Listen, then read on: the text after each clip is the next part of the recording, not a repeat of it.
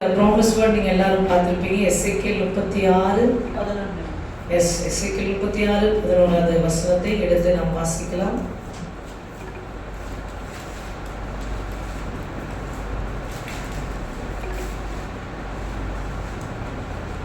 உங்கள் மேல் மனுஷரையும் மிருக ஜீவன்களையும் பெருகி படுகும்படி வர்த்திக்க பண்ணுவேன். பூர்வ நாட்களில் நீங்கள் இருந்த நிலைமையில் நான் உங்களை ஸ்தாபித்து உங்கள் முந்தின சீரை பார்க்கிலும் உங்களுக்கு நற்சீர் உண்டாக செய்வேன். நான் கர்த்தர் என்று அறிந்து கொள்வீர்கள். ஆமென். ஹல்லேலூயா. ஆண்டவர் இந்த மாதம் அருமையான ஒரு ஆசீர்வாதமான செய்தி நமக்கு அளித்திருக்கிறார். அவர் சொல்லுகிற முதல் வார்த்தை, உங்கள் முந்தின சீரை பார்க்கிலும் உங்களுக்கு நற்சீர் உண்டாக செய்வேன். நீங்கள் முன்பு இருந்த நிலைமையை காட்டிலும் உங்களை மகிமையாக மேன்மையாக நான் வைப்பேன் என்று ஆண்டவர் வாக்கு பண்ணுகிறார். அதில் மிக முக்கியமாக பெரிது பண்ணுவேன், வர்த்திக்க பண்ணுவேன், எக்ஸ்டெண்ட் பண்ணுவேனும் ஆண்டவர் நமக்கு இந்த மாதம் வாக்குத்தத்தம் செய்திருக்கிறார். ஆமென். இந்த வாக்குத்தத்தங்களை பெறுகிற இந்த இஸ்ரவேல் ஜனங்கள், நாம் ஆவிக்குரிய இஸ்ரவேல் ஜனங்கள், அவர்கள் அப்பொழுது இருந்த இஸ்ரவேல் ஜனங்கள். இந்த வாக்குத்தத்தத்தை இந்த இஸ்ரவேல் ஜனங்கள் பெறும்போது இவர்கள் எங்கிருந்தார்கள் என்றால் பாபிலோனின் சிறையிருப்பில் இருந்தார்கள். பாபிலோன் என்பது உலகம். உலகத்தினால் சிறைப்பிடிக்கப்பட்டு, உலகத்தினால் அடிமைப்படுத்தப்பட்டு, உலகத்தினால் 70 வருஷத்துக்கு மேல சிறைப்பிடிக்கப்பட்டு இருந்த ஒரு மக்களை பார்த்துதான் தன்னுடைய மக்களாகிய இஸ்ரவேல் ஜனத்தை பார்த்து, உலகத்துல சிறைப்பிடிக்கப்பட்டிருக்காங்க, உலகத்துல நசுக்கப்பட்டிருக்காங்க, ஒடுக்கப்பட்டிருக்காங்க, அடிமைப்படுத்தப்பட்டிருக்கிறாங்க, சிறையிருப்புல இருக்கிறாங்க. ஆனா அது யாருடைய ஜனம்? கர்த்தருடைய ஜனம். அவர்களுக்கு தேவன் கொடுத்த ஒரு வாக்கு தான் இது. ஆமென். இன்றைக்கு நாமும் உலகத்தின் கவலைகள், உலகத்தின் பாடுகள், கஷ்டங்கள், நெருக்கங்கள் எல்லாவற்றிலும் சிறைப்பிடிக்கப்பட்டு இருந்தாலும் கர்த்தர் நமக்கு கொடுக்கிற வாக்குத்தத்தம் என்னவென்றால், உங்களை முந்தின சீரை பார்க்கிலும் நற்சீர் உண்டாக பண்ணுவேன். முந்தி தேவனுடைய எப்படின்னா, தேவனுடைய நகரத்தில் தேவ ஜனங்கள் இருக்க வேண்டும் என்பது அவர் விரும்புவார். அப்படின்னா என்ன அர்த்தம் அப்படின்னா, இதுக்கு ஒரு ஸ்பெஷலான ஒரு நகரம் இருக்கா அப்படின்னா, கர்த்தரை மையமாக கொண்டு இருக்கிற நகரம். ஆமென். கர்த்தரை மையமாக கொண்டு வாழுகிற ஒரு இடம் அப்படின்னு நம்ம சொல்லலாம். பாபிலோன்ல தேவனை ஆராதிக்க முடியாது. பாபிலோன்ல உலகம். பாபிலோன்னாலே உலகம்.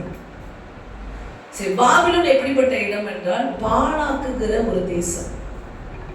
நம்மள தீமையை நோக்கி இழுக்கிறது உலகம். ஆமென். கேட்டை நோக்கி இழுக்குகிறது. இன்னும் சொல்ல போனா நம்மளை விழுங்க பார்க்கிறது. பாபிலோன் என்பது 2 விதம். ஒன்று பாழாக்குகிறது, கெடுக்கிறது, அழிக்கிறது. இன்னொன்று நம்மை விழுங்கி விடுகிறது. நாம் யார் என்பதை தெரியாமல் நம்மை விழுங்கி விடுகிறது. நாம் கர்த்தருடைய ஜனம் என்பதை கவனமா கேளுங்க, சத்தியத்தை. அல்லேலூயா. சோ பாபிலோன் என்ற உலகத்தின் பிடியிலிருந்து நம்மை திரும்பவுமாக கர்த்தர் மீட்டெடுக்கிறார். ஆமென். இது ஒரு ரெஸ்டோரேஷன் பீரியட் சொல்றார். திரும்ப எடுத்து கட்ட ஒரு பீரியட். திரும்ப உங்களை ரினியூவல் பண்றார், புதுப்பிக்க போறார். அப்படியே சோர்ந்து போய் ஒரு உலகத்தின் பிடியில சிக்கப்பட்டு உலகத்தின் கவலையில் நிற்கிற உங்களை திரும்பவுமாக அவர் எடுத்து அவருடைய பிள்ளையாய் அவர் ஆசீர்வாதத்துல வைக்கணும்னு நினைச்சா அந்த இடத்துல வைக்கிறார். அல்லேலூயா. கர்த்தருக்கு மகிமை செலுத்துங்க. சரி, இதையெல்லாம் தேவன் ஏன் செய்கிறார் என்றால், நான் கர்த்தர் என்று அறிந்து கொள்ளுங்கள். I am the God. அப்படின்னா இந்த தேவன் யார் அப்படின்னா யெகோவா. இவர் யெகோவா தேவன் அப்படின்னா என்ன? ஆபிரகாம் யெகோவா ஷம்மா, யெகோவா எல்ஷடாய், நிறைய பேர் எழுதுறார் ஆண்டவருக்கு. பல நாமங்களை தேவனுக்கு அவர். யெகோவா என்றாலே இருக்கிறவராகவே இருக்கிறேன். ஆமென். உடன்படிக்கையின் தேவன். உன்னை ஏன் ரெஸ்டோரேஷன்ல திருப்பி கொண்டு வராரு, உன்னை ஏன் திரும்பவும் ஆசீர்வதிக்க அவர் நினைக்கிறாருன்னா, நம்ம பெரிய நல்லவங்கன்றதுனால இல்லை. அல்லேலூயா. பயங்கரமா ஜெபிச்சிட்டோம் அப்படின்றதுக்காக இல்லை. அல்லேலூயா. அவர் நம்மோடு கவனம் பண்ணிட்டார். பண்ணி ஏன் ஜனம்னு நான் கொண்டு வந்துட்டேன். உலகத்துக்கு இவன் ஏன் ஜனமா காமிச்சிட்டேன். இவனை நான் திருமணம் பண்ணிட்டேன். அதனால இவனை நான் வந்து அழிய விட மாட்டேன். திரும்பவுமாக அவனை நான் சரி பண்றேன். இவன் என் மனவாட்டி, நாம் அவருடைய மனவாட்டி என்பதால் அந்த உடன்படிக்கை நிமித்தம் நான் கர்த்தராய் இருப்பது நிமித்தம் உன்னை திரும்பவுமாக முந்தின சீருக்கு, முந்தின அழகுக்கு, முந்தின மகிமைக்கு நான் உன்னை கொண்டு போய் சேர்க்கிறேன். ஆமென். ஹல்லேலூயா. எவ்வளவு ஒரு நல்ல தேவன் பார்த்தீங்களா. Thank you Jesus. அடுத்ததா பாத்தீங்கன்னா இவரு ஏன் ஆண்டவர் வந்து நம்மள ரெஸ்டோரேஷனுக்குள்ள, ரினிவல்குள்ள கொண்டு வராருன்னா, இது ரொம்ப முக்கியமான ஒரு விஷயம். இந்த அதிகாரத்துல நீங்க தொடர்ந்து நீங்க படிக்கும் போது உங்களுக்கு தெரியும். அதே 36:21 படிக்கலாம். 21-22. நீ அவர்களை நோக்கி, கர்த்தராகிய ஆண்டவர் உரைக்கிறது என்னவென்றால், இதோ நான் இஸ்ரவேல் வம்சத்தாரை அவர்கள் போயிருக்கும் ஜாதிகளிடத்திலிருந்து அழைத்து சுற்றிலும் இருந்து அவர்களை சேர்த்து அவர்களை அவர்கள் சுய தேசத்திலே வரப்பண்ணி அவர்களை இஸ்ரவேலின் மலைகளாகிய தேசத்திலே ஒரே ஜாதியாக்குவேன்.